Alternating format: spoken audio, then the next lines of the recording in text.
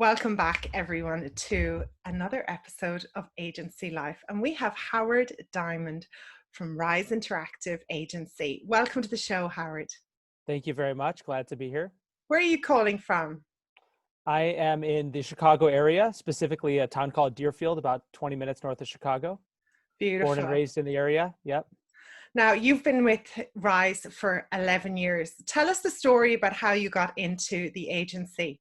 Sure. Well, I was actually a client, which maybe is a familiar story some people have heard, but I was running sales and marketing for a nice technology company here in the Chicago area. And I grew my marketing budget to be a size where I felt an agency should be handling it. And I was introduced to a couple folks, but ultimately to John Morris, the founder of Rise. And I hired them to be my agency. And after a little bit of time, they said that I knew the digital marketing space fairly well. I knew technology. I knew growth and sales, and they recruited me. So after a little bit of time, the timing was right, and I came over to the agency, and that's how I got my start in 2009. There were 8 employees, and it's been a really great run since. From 8 to 250. I'm sure you've got some great stories to share there. What was the biggest difference you noticed when you left a company and came into the agency? Even though they're both businesses, what was the biggest difference that you saw?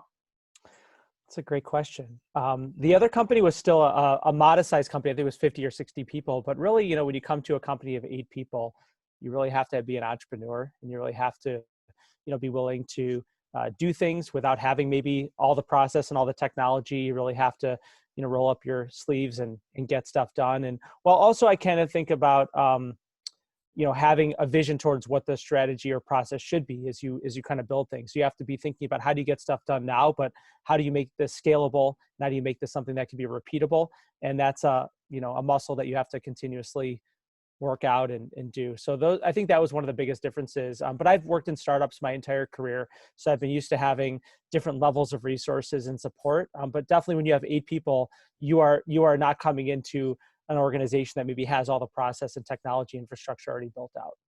Yeah, and it's great to bring that experience from your previous role into that to go, okay, how are we going to scale this? And not a lot of agencies think that way. They're, oh, let's execute it. It's like, can we execute? Is it repeatable? Right. It's a big part of it. And And what's that, it? Mhm. oh, go ahead. Go on. I was going to say that was one of the things that I think our CEO, our founder, John, had just a great vision for. We would always have these meetings where we would talk about, when we'd win a client or when we were thinking about adding a new service line, there'd be these big org charts on the wall, and there'd be all these, boxes. And I would say, who are these people going to, where are these people? And these people are coming. But we always had a vision, I think, of, how the agency could grow and what it could look like. And right now it might be these 5 people are actually this one person. But I think having that vision of how you can grow the organization and scale it from an early period is a really helpful, mental exercise to go through and to think about. Beautiful and fantastic to show people in your agency as well that there's future, that there's growth. There's a lot of reasons people leave agencies because they didn't see a career path for themselves, because Yep. the owner of the business never shared the vision that they had. Where did John learn about those techniques and having a vision and having the accountability org chart up on the wall? Yep. Well, I think as a future guest, you should have John on. He's a very, he's an amazing guy. He's a University of Chicago guy, and the agency actually was founded out of the New Venture Challenge, where John had this great vision to teach marketers how to be digital marketers. And obviously, this is some time ago when not everybody knew everything there was to know about digital marketing. This is the early 2000s, and that was the original idea for the agency, is to teach people how to do digital marketing. And ultimately, when you have a lot of people you're teaching how to do digital marketing, some of them are going to come back and ask you, they're going to say, this is great, but can you do it for me? Can So you do that's it how the for us? agency Oh, actually was cool. formed. But John, he's just a visionary and had this great, this great perspective on growth. And I think that in general is something that maybe isn't unique for every agency. If you're going to grow, you have to do it purposefully. It's not just going to happen. You have to have investment in people and a real strategy to do so. You might get lucky and win some clients, but to truly focus on growth, there has to be a specific focus behind it. It may sound obvious or intuitive, but you definitely have to have a push to grow. So Yeah, and some really good systems in place for that. So you guys implement, and any regular listeners to the show know that I'm going to talk about one of my favorite topics, which is EOS, the Entrepreneurial Operating System. If you don't know about it, the starting point is Traction, the book by Gino Wickman. Had EOS been in place in your business as a business methodology, Howard, before you joined, or was it something that you implemented after? It was definitely after, for a period of time, we had all sorts of methods, some of them better than others for prioritizing the strategic vision, the different tasks, the way we just operated the business. But 3 or 4 years ago, we really adopted the EOS methodology and Traction specifically to kind of take the business to the next level. But it was not something we had done over the entire history of the company. Oh, wow. So you had come in and there was 8 people and you were growing it out. And then how big was the business when you were implementing US? I think it was actually fairly similar in size, at least from a, approximation standpoint. Maybe we had 200 employees or something like that. So we weren't necessarily as big as we are today, maybe, but we definitely had some scale. And I think that was maybe even one of the reasons why we looked at using EOS and Traction was, we're starting to have a lot of scale and we really need to organize our growth and prioritize. And, for a lot of the reasons I would bet people choose to, you know, opt into this type of program, those are probably many of the same reasons that we did as well. And what was the difference before and after? Like, what were the things that were really bugging you before that then got ironed out? Where do I start? I think that for those familiar with the language of EOS, I mean, I think one of the key things is kind of the level 10 meeting. So the level 10 meeting, where, if the meeting is a level 10 meeting, everybody should have a clear understanding of how the meeting is run, what you're trying to accomplish. You should be able to vote on a 1 to 10 score. Does it get a 10? And I think even just that in general, how do you organize your teams and how do you have people having productive, organized, prioritized communications with a purpose, with documentation? That alone is very difficult for organizations to adopt across the entire, at all levels. So I Right. think beyond some of the other strategic things that we've done to, really kind of shore up the foundation of the business, the level 10 meeting, I think, has been hugely impactful to the organization. Yeah, it's amazing when even problems that the agency didn't know they had, they were just like, oh, that's the way it is. And then they get this new way of doing things, and life becomes so much more easier. Yeah, and giving everybody a forum to participate in that conversation while also keeping people on task. Another, I think, key thing is the idea of accountabilities and making sure people really understand what is my accountability versus what is your accountability, and are we in alignment? And I think all those things are, again, maybe ideas that companies have and they use other systems and checks and balances. But again, moving over to EOS, I think those things became just a lot more articulated and everybody kind of bought into that language. So I think that was very helpful for us as well. Fantastic. And did you, at the same time that you were implementing EOS, was the choice to use Traction Tools, which is the EOS all in one, keeping all the documents together software, was that at the same time, or was there a gap between the two? It was at the same time. Unless I'm mistaken, I believe these were fairly simultaneous. And I think the benefit of that is, again, keeping you honest and making sure that, you're not just reading the book and the manuals and the flow charts. You're really kind of holding yourself accountable to running the business that way. So I think it was probably very critical to our adoption to have the tools in addition to the methodology. So yeah, Yeah, it was pretty simultaneous. yeah, because at the same time with Traction Tools, the same time you can go to EOS worldwide and you can download the templates. It's fantastic. They give you everything, and you can fire up a Google document and you can run a level 10. But when you go in and use Traction Tools, it has the timer, it keeps a track of it. You make the score, it sends the minutes out afterwards, Yep. and it really keeps everyone focused and together, right? Yes. Yes. The ability to also kind of send your, again, using some of the lingo, your issues or your headlines, and you can sort of um, cascade them to other groups and make sure that they can see them. So I think, yeah, having that infrastructure to really manage the system is very powerful. Absolutely. What's your favorite part of the EOS process for what you do in your role? Like, what's the one that makes the biggest difference? It's a good question. I mean, in general, just the organization, but I think as we run our level 10 meetings, just the ability to visualize the entire kind of steps where, you do the segue and then you have your, I'll get this right, you have your to-dos and your dashboards. I think, again, just keeping everybody visualizing the way you talk about your business the same way is just so important. I don't know if there's any one specific aspect. I mean, I just think the ability to track everything in that system is very powerful. I think issue management, IDS as they call it in Traction, is very powerful. The ability to have people vote on kind of what they think are the most important things, the ability to tick things off. So I think those are great things. Yeah, what I've noticed over the years of implementing and helping agencies to do that and teaching them how to do that is the difference between night and day. They look forward to meetings because they know things are going to get done. Before working with EOS, there was a lot of eye rolling or a lot of complaints about, I don't know why we have this meeting. Right. And you can actually make them Yes. so enjoyable and I think, shorten them. I think the expectation, exactly that, the word expectation. When you sit down to a meeting, what are you expecting to get out of this and how productive should it be? And I think the idea that you can create that level of consistency and quality of the outcome and then hold yourself and your teammates accountable to giving a good score to the meeting only if it deserves a good score. And if it doesn't, justify why. That entire approach to communication is just such a healthy and productive way of going about it versus, just having the meeting and wondering, did this person prepare as good as the last person prepared? And are we going off the deck or whatnot? So I think just the entire process of up-leveling the way that people communicate and having that structure is critical.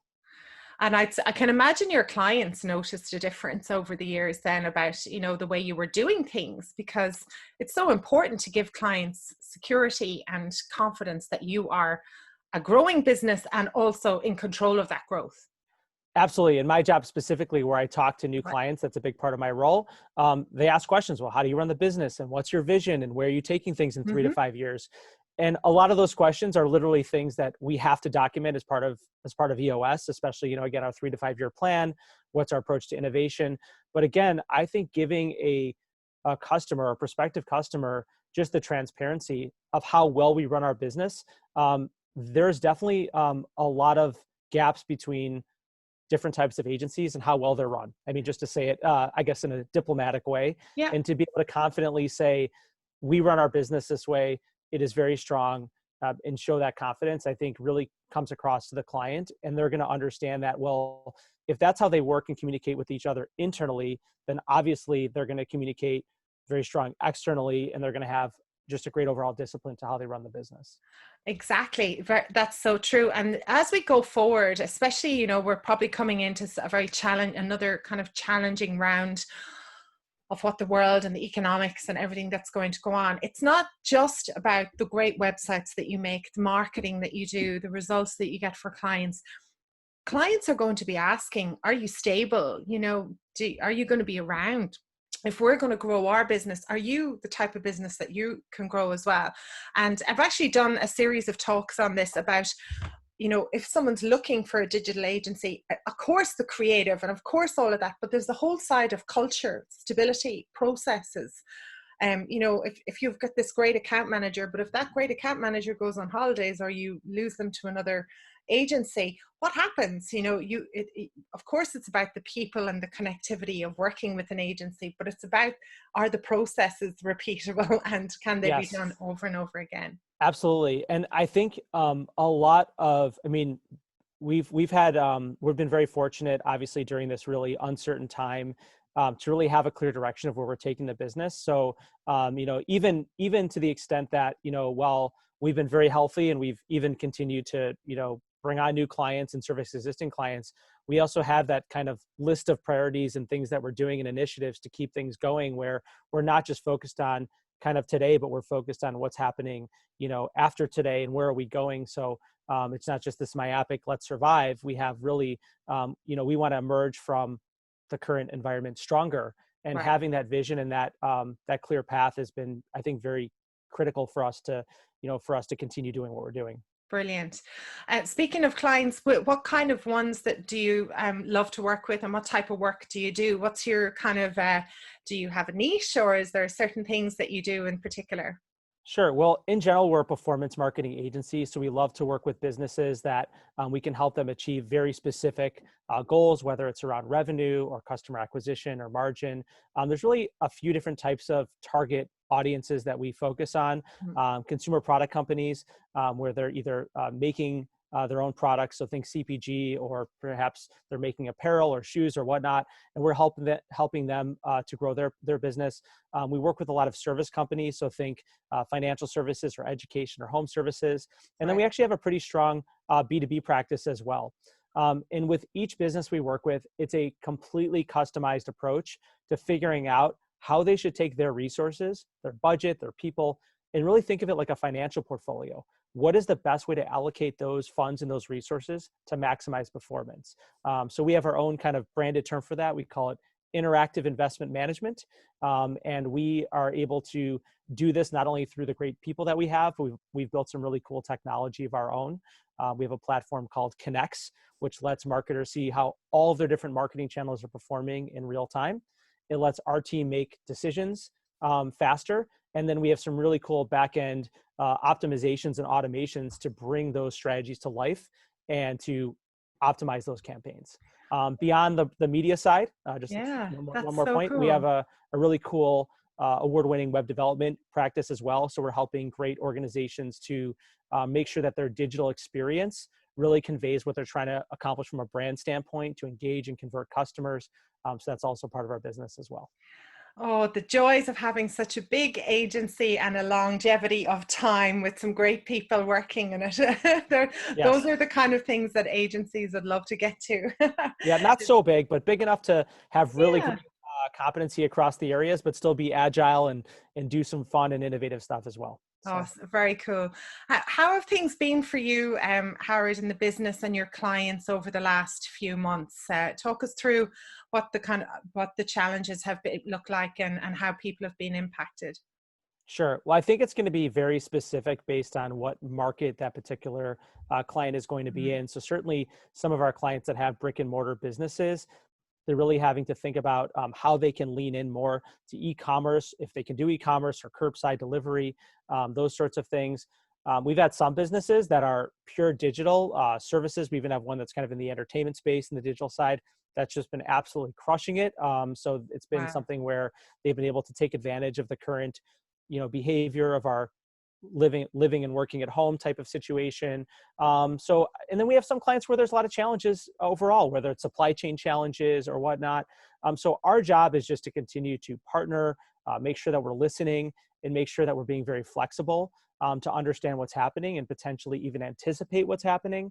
I did a podcast like this about 2 months ago, maybe. We've been in this for a while, where we were even looking at things like, when stimulus checks are released, there's a huge spike in e-commerce transactions and things like that. Are Wow. you ready for it? Do you have the right shopping feed set up? So there's going to be some macro trends we're looking at, and then with each client, there might be some individual tweaks and things that we're doing to make sure that they're focused. Another example is we have an office supply, one of these big office supply companies that sells online, and people are buying more home office things, right? So maybe their B2B practice was really their focus, but now people are making sure that their chairs are comfortable at home and they have all the right materials and things like that, the right supplies. So just really leaning into each client and understanding how can we maximize the current period.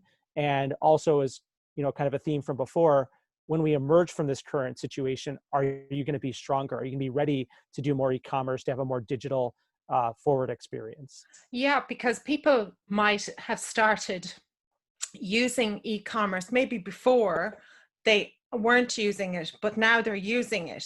But very few people will go back to, if it's more convenient, things like subscriptions, if you need the paper delivered or the printer cartridges delivered, an Yes, example for that, you're not going to all of a sudden go, oh, I think I'll go to the shop. Once you yes, learn how e-commerce can make your life more efficient, and yes. it's better for because there will be more of it. There's not like it's a going back thing, right? Absolutely, I think so.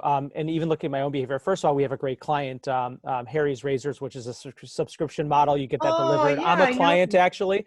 This is not meant to be a paid sponsorship, but so we work with great clients like that. But even our own behavior as a family, and I hear my family, by the way, upstairs. But we're getting our my kids' breakfast bars delivered every other week from Amazon and things like that. And, I think people are kind of being turned on to all these sorts of ways of getting products that are convenient and easy. And I think businesses and our clients are really exploring this and saying, again, Yeah. how can we make sure that we are looking at this digital first experience and this opportunity to make sure that we're tapping into this behavior?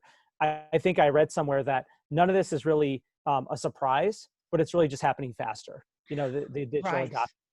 Yeah. And it also it has been phenomenal in the agency space, obviously through the podcast. I speak to agencies all the time, but I also work with them as clients. And there has been a phenomenal level of growth in a lot of agencies, not every single one. Some of them have had to pivot and they've had to change the way they do their delivery, or they might change the niche or the industry that they're working in. But really, it does feel a little bit like, for a long time you've been in this a long time, I've been in it the same amount of time, that we were talking woo-woo, a lot of people were looking, oh, Right. that digital thing, or, Right. We don't have to think about that. Yeah. I mean, we even got a call, I won't use names, of course. I'll protect no names, the names. But there was a business we were talking to in the grocery space, and they weren't ready for curbside delivery and or e-commerce. And I think this is again forcing businesses to really think about again, not opportunistically right this second. That might be, you might have already missed the window, but as you look at your business moving forward, how can you be a digital forward brand and make sure that you're able to live in across all the channels in the way consumers want to engage with your brand. Of course, there's going to be in store and there's going to be online and there's going to be a mix, but making sure that you can really engage with customers the way they want to engage with you. That's right. And even just using the tools like doing walkthroughs of your store, you're reopening, show everyone what it looks like, show people the place markers, that you've got socially distancing. Yep. Because you can use, maybe you're not doing curbside, that's fine. Maybe you're not doing delivery, that's fine. But use your website, use your online platforms to bring people's anxiety down about, what am I facing when I go in there? Are the staff prepared? Sure. Things like that. Absolutely. And then to kind of pivot a little bit on the B2B side, there's some interesting trends like that as well. In the B2B, across B2B niche markets and verticals, a lot of the sales are done through either in-person, enterprise sales pitches or large conferences, industry conferences, things like that. Those aren't happening.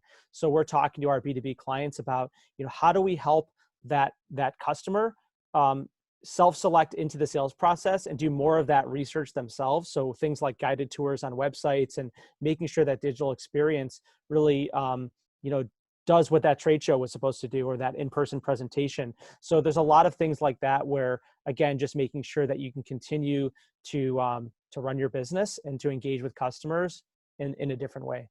Very cool. I saw today, I follow a lot of international news, and I saw today that the first COVID-proof office was opened in Sydney, in Australia today, right? Now, that's a pivot because they didn't build a business. They didn't build, I think it was 20 floors or whatever it is. Wow. That was not built, So they obviously pivoted in the middle going, okay, how can we make things touchless? So, you use your card and that instead of touching the buttons. So they slightly changed things, but I did see the Mayor of Sydney, Clover Moore, giving a big old speech, and I thought, fair play. When you go fair play, you spread it out a bit.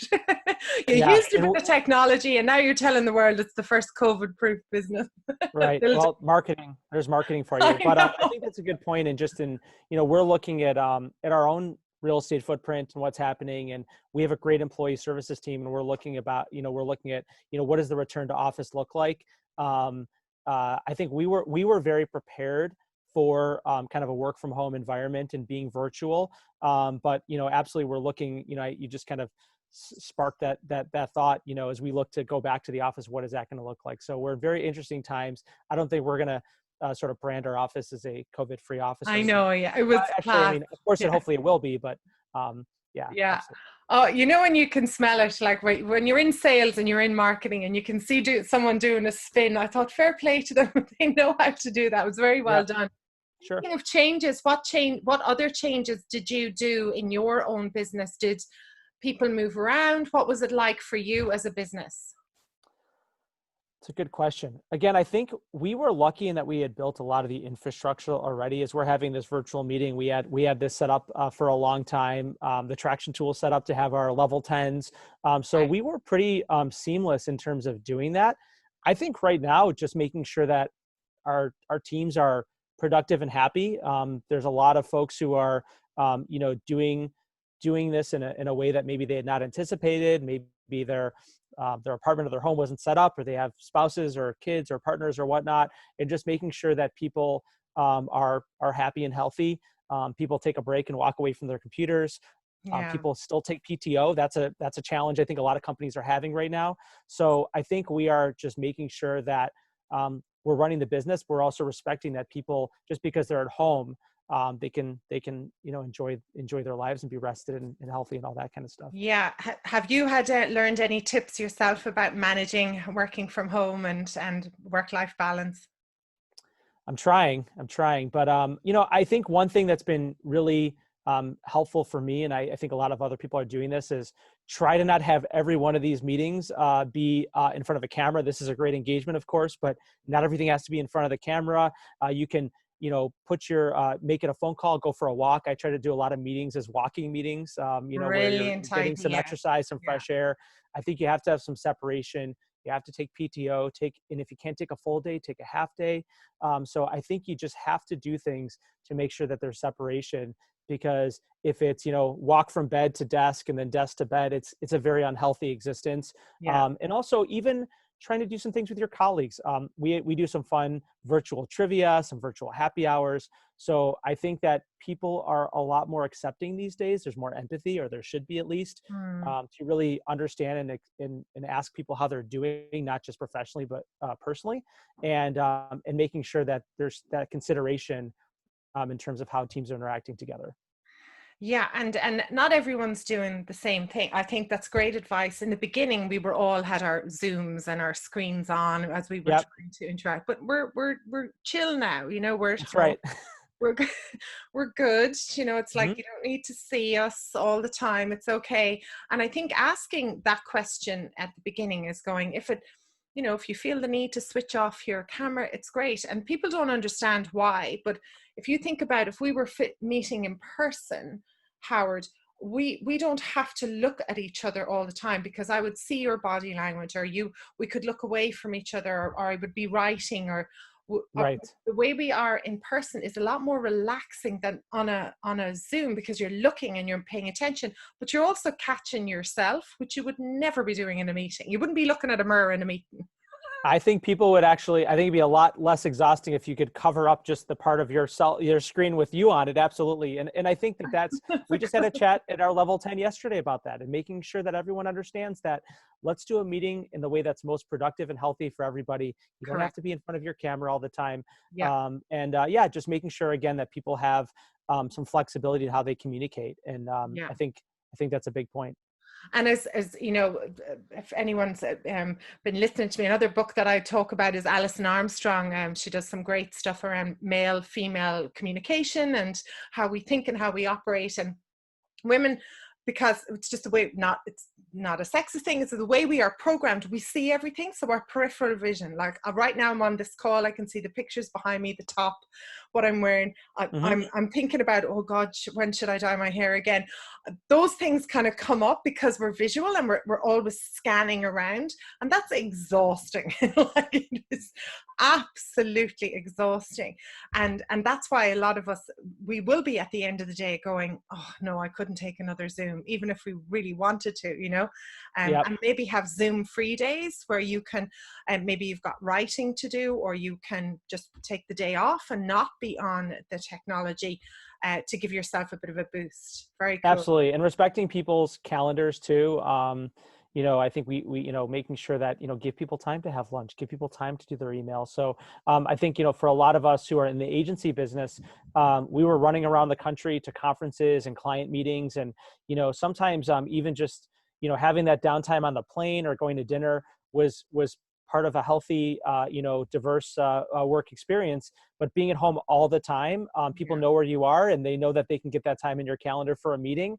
Yeah. But it is important to make sure that you have time to get your work done or to take a break and look up and make sure that you're, that's part of I think a healthy way to manage your day. So those are some of the things that I think I've learned and we're talking to our teams about, and making sure that everybody is, being productive and healthy at the same time. Yeah, and not a very commonly talked about part of the EOS process is the clarity time. It's where you would actually book time in your diary to go for a walk. So if you have that you actually get into the habit of going, booking time for nothing.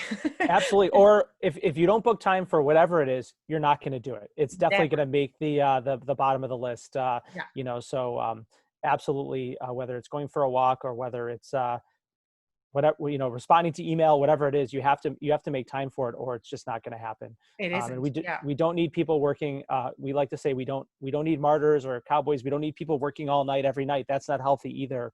Mm. You need to be able to get your job done in a healthy way. So Yeah, and we now know it's for a long period of time. It's not yes, it's not a sprint, right? It's a marathon we're in.